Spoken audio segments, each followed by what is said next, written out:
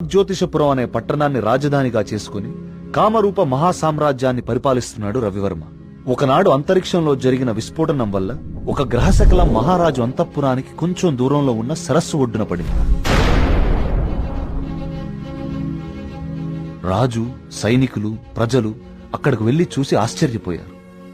ఆ గ్రహశకలం సుబ్రహ్మణ్యేశ్వర స్వామి రూపంలో ఉంది. సాక్షాత్తు ఆ భగవంతుడే తమ రాజ్యానికి విచ్చేశాడని అందరూ ఆనందించారు. స్వతహాగా భక్తుడైన రవివర్మ ఆ కాలంలో యావత్ భారతావనిలోనే ప్రముఖ శిల్పి అయిన గణపతి స్థపతికి ఆలయ నిర్మాణ బాధ్యతలు అప్పగించాడు. ఆలయ నిర్మాణం అద్భుతంగా జరిగింది. అచిరకాలంలోనే ఆ ఆలయం చుట్టూ ఒక ఊరు వెలిసింది. ఆ ఊరి పేరే సుబ్రహ్మణ్యపురం.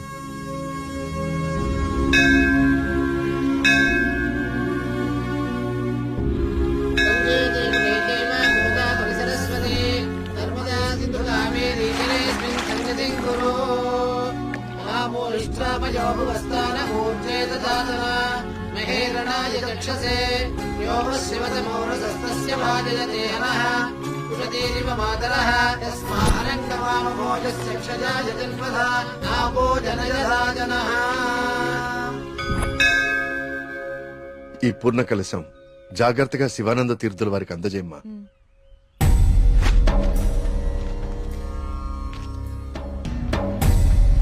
ఉన్నట్టుండి ఊళ్ళోకి స్వామీజీ ఎందుకు వచ్చారా? నువ్వు ఊళ్ళో లేవుగా, నీకు తెలియదుగా. 2 రోజుల క్రితం దోషం జరిగిపోయిందిరా. స్వామి స్వామికి అభిషేకం చేస్తున్నాను.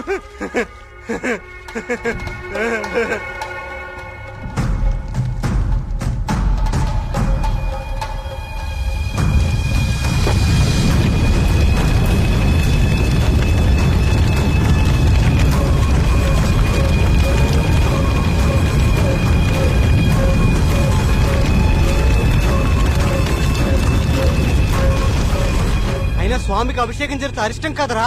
అయినా ఊరి దేవాలయం మంచి చెడు చూసే గోపాలంగాడు అలా చేశాడా? అందుకే స్వామీజీని పిలిపించారా ప్రాయశ్చిత్తం కోసం.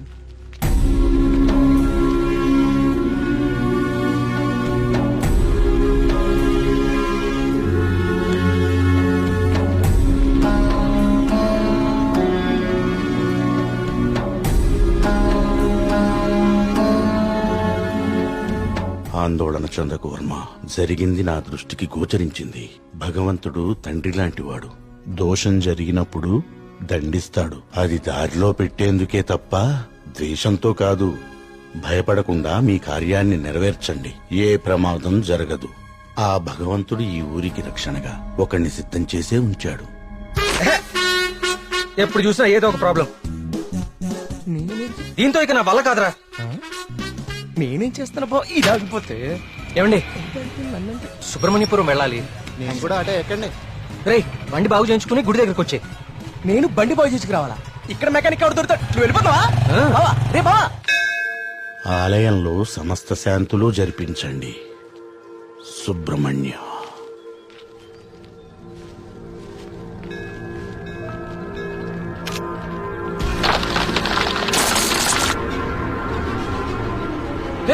జాగ్రత్త.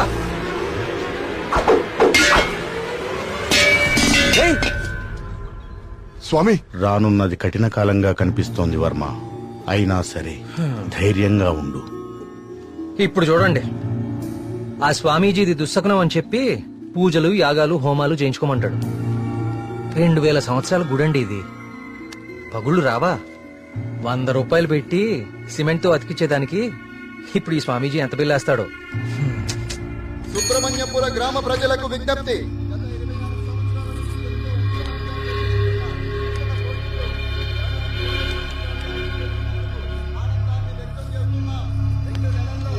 మళ్ళీ ఈతల పోటీలు మొదలవబోతున్నాయి.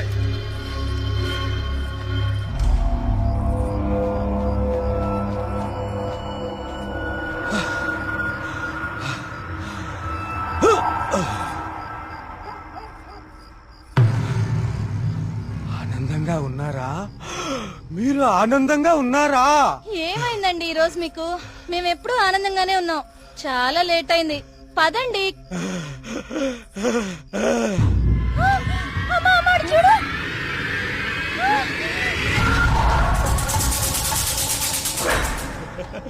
స్వామి కరుణించాడు, నా స్వామి కరుణించాడు. నేను వెళ్ళిపోతున్నా. నా స్వామి కరుణించాడు, నేను వెళ్ళిపోతున్నా.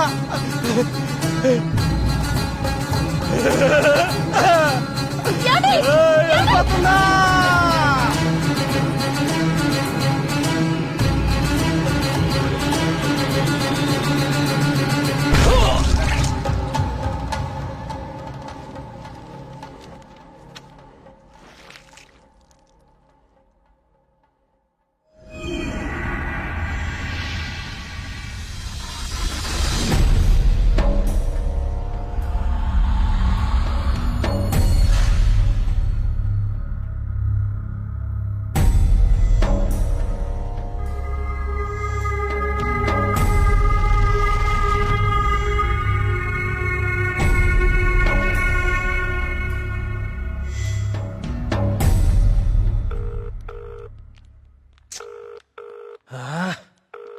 ఎప్పుడు ఇంతే, ఇంపార్టెంట్ వర్క్ ఉన్నప్పుడు late. Good morning doctor Skanda. Morning. Welcome. Thank you. Please I would like you to meet Karthik. Karthik, doctor Skanda ఇండియాలోనే #1 న్యూరాలజిస్ట్. ఈయన చాలా హేతుబద్ధంగా ఏన్షియంట్ టెంపుల్స్ మీద రీసెర్చ్ చేశాడు. Is real scholar. Good. Karthik, it's so strange. Karthik అన్న స్కంద అన్న సుబ్రహ్మణ్య స్వామి కదా, మన ఇద్దరి పేర్లు ఒకటే, ఇద్దరి ఇంట్రెస్ట్ కూడా ఒకటే. ఎస్. ఇప్పుడు నీ ప్రెజెంటేషన్ మీద ఆసక్తి పెరిగింది. All the best. Sir,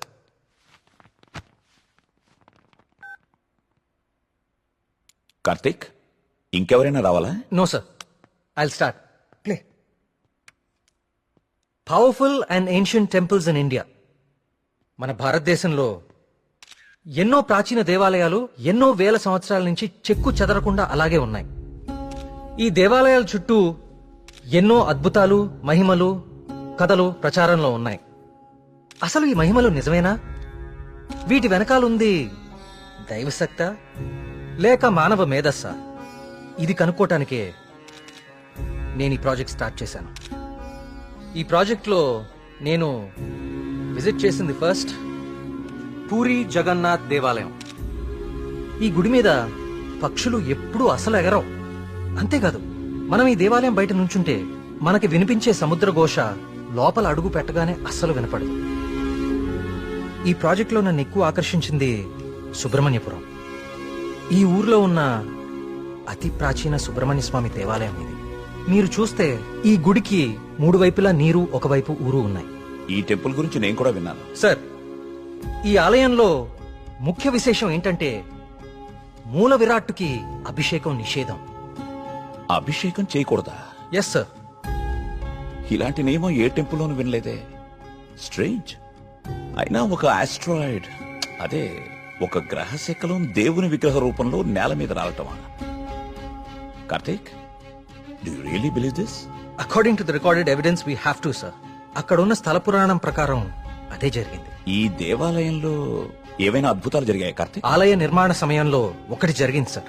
Aslam Khan అనే తురుష్క రాజు సుబ్రహ్మణ్యపురం పైన యుద్ధాన్ని ప్రకటించి 1000 మంది సైన్యంతో కోట బయట మఖాం వేశాడు. ఏం చేయాలో పాలుపోని రాజు రవివర్మ ఆ సుబ్రహ్మణ్య స్వామి పైన భారం వేసి యుద్ధానికి సిద్ధపడ్డాడు. కానీ ఆ రాత్రి ఒక గొప్ప అద్భుతం జరిగింది. అస్లాం ఖాన్, అతని ప్రధాన అనుచరగణం రక్తం కక్కుకుని చనిపోయారు. అతని సైన్యం భయంతో చెల్లాచెదురు అయిపోయారు. అస్లాం ఖాన్ని అంతం చేసింది స్వయంగా సుబ్రహ్మణ్య స్వామియే అని జనాలు చెప్పుకున్నారు. ఆ విజయాన్ని స్తుతిస్తూ రవివర్మ సుబ్రహ్మణ్య విజయం అనే కావ్యాన్ని రచించి స్వామికి అంకితం చేశాడు. అది ఇప్పటికీ ఆ ఆలయంలో భద్రపరిచి ఉంది. ఇంట్రెస్టింగ్. ఈ దేవాలయాలన్నీ చూశాక ఏం తేలింది Karthik? What you believe now? దేవుని మహిమ, మానవ మేధస్స? దేవుని ఉనికిని చూపించే ఒక్క ఆధారం కూడా ఇప్పటి వరకు దొరకలేదు సార్.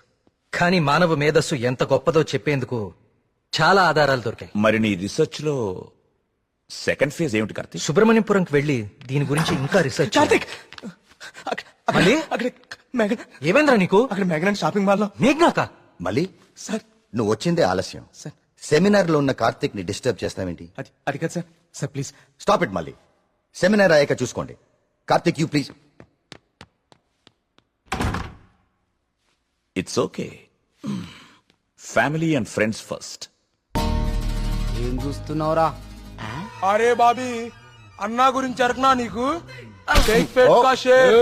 అన్నాన్ని పెళ్లి చేసుకో, నీ ఫ్యూచర్ బేఫికర్ ఉంటది. ఏం రా నవ్వుతున్నావు? నేను ఏమైనా మజాక్ చేస్తున్నానా? ఏం లేదన్నా, మా ఫ్యూచర్ కి ఏం ఫిగర్ లేదు, మీ ఫ్యూచర్ కే ఎందుకో డౌట్ కొడుతుంది. ఏమన్నా వీడు మనకి దమ్కి ఇస్తున్నాడు. అరే కాన్ బైరి గుంజరా అన్న ఒకటి.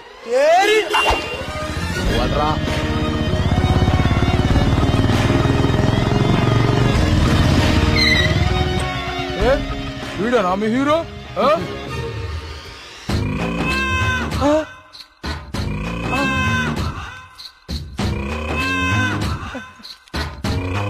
పెద్దమ్మా నమస్తే. ఏంరా షేక్ ఆడిస్తావరా? షేక్ మమ్మీ చిన్నప్పటి నుంచి మిల్క్ షేక్ తాగటం నేర్పావు కానీ ఎప్పుడన్నా షేక్ ఆడటం నేర్పావా? టైం ఎంత అయినదిరా? ఊరుగా టైం ఆడడానికి ఎంత వచ్చావు నువ్వు? తల్లి, టైం ఒకటైనట్టుంది. ఈ టైంలో నువ్వు వేడ ఉండాలిరా, నువ్వు వేడ ఉండాలి. పట్టే బాస్కా కాలేజీ పోకుండా పంచాయతీకి చెప్తారా? పంచాయతీలో చదువు లేదు, సంధి లేదు, సంపద లేదు. పని చెప్తాను. నడరా నడరా చూడక్క. వీడేమ్రా ఇంత లెంతున్నాడు? ఏయ్ భయపడతారా అనుకున్నావా? చోటు మా అమ్మ అంటే భయం లేదు, ఆ, మా అయ్య అంటే కూడా భయం లేదు. నువ్వు నన్ను ఏం చేస్తావు? ఏం చేస్తావు? అచ్చా ఏంది?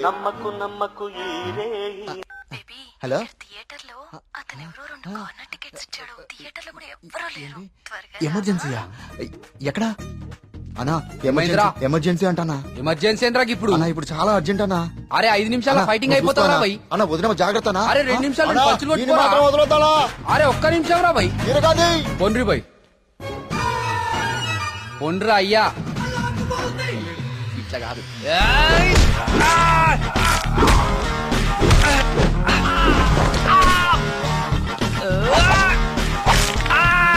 అవి చేతులా పాపడాలా గట్లి ఇస్తున్నావేం రా?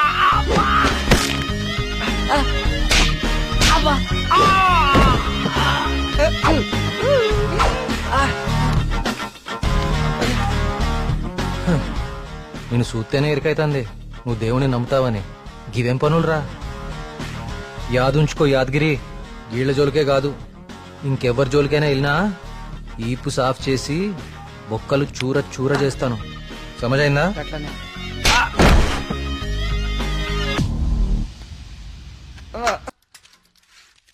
ఇదెంత? 130 రూపాయలు. యారా, మన ఊర్లో వ్యాపారం చేస్తే తినడానికి కూడా సరిగ్గా మిగిలేదు కాదు. ఆ సుబ్రహ్మణ్య స్వామి దయ వల్ల ఈ ఊర్లో అడుగు పెట్టగానే మన వ్యాపారం బానే బాగుపడిందిరా.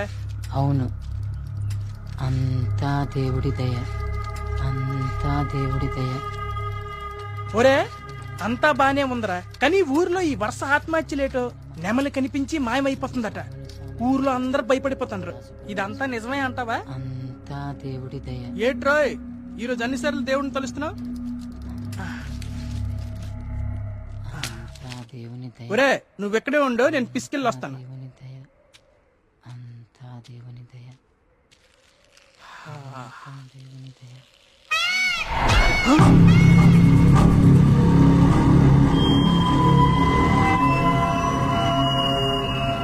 ఒరే బావా, నీకేదైనా సౌండ్ వినిపించిందా? వీడొకడు.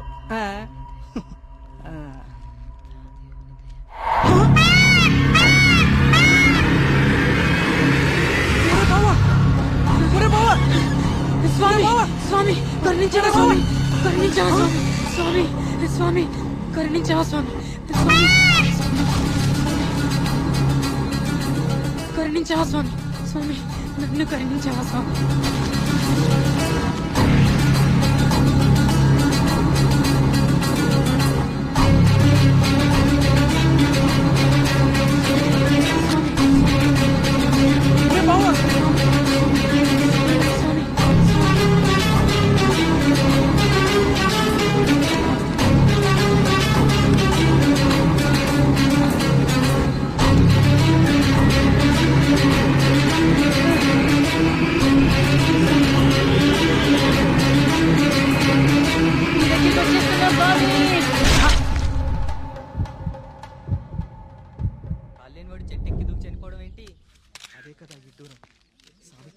వర్మగారు, మీతో మాట్లాడాలి, కొంచెం పక్కకు వస్తారా? ఆయనకిష్టం లేని అభిషేకం జరిగింది.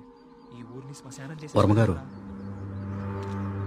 వర్మగారు మీతో కొంచెం మాట్లాడాలి. ఒకసారి వస్తారా?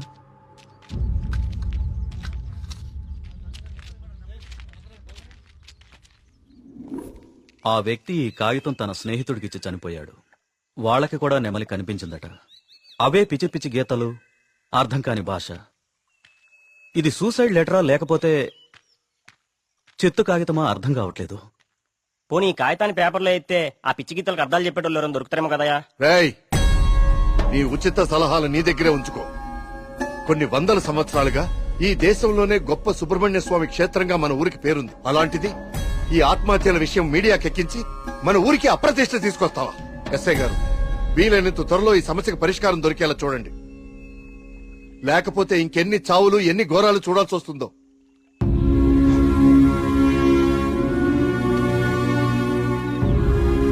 ఇప్పుడు తీసిన ఫోటోలేవి మీడియాలోకి రాకుండా చూడండి.